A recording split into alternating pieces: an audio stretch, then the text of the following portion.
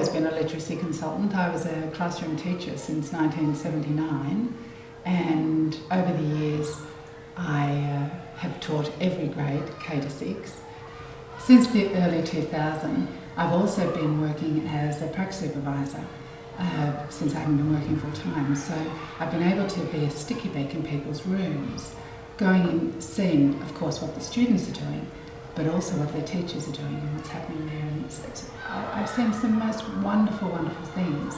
And so now that I'm a literacy consultant all the time, I feel like my definition of that is really being a sticky beak and a gossip.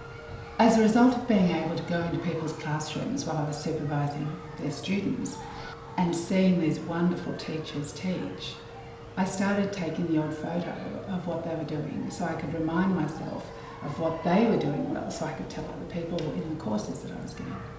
And so that's how this book, Where Do I Start, was born. I could have called it Now I See What You Mean, because I find that when you are telling people or suggesting to people what they can do to support their children's literacy learning, it's so much easier if they just see an example of it, either in print or on a video.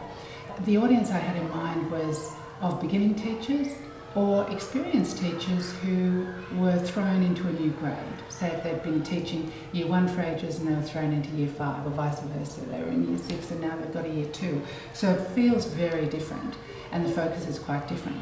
So what I did in this book was start to say, what can we do to pull it all together to get very practical and to make it manageable and workable?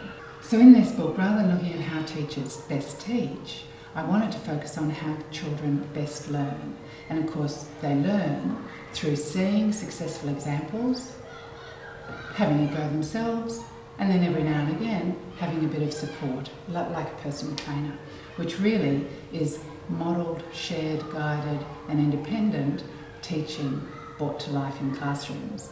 Then I looked at what can teachers do to best support kids during those model, shared, guided, and independent teaching times. Well, the first thing they can do is make sure the environment is set up and conducive for learning. How people set up their rooms, the sort of wall displays that are available to the kids, the equipment that's available and that the teachers and children are using together to become literate. So we look at those aspects, setting up for success before we even meet the kids. So it's all very well having a bit of an idea of what you want to do. The reality is you've got to make it work.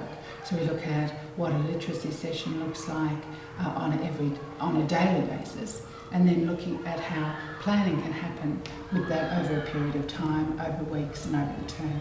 So this book, I feel, brings to life what successful teachers are doing to help their children become literate.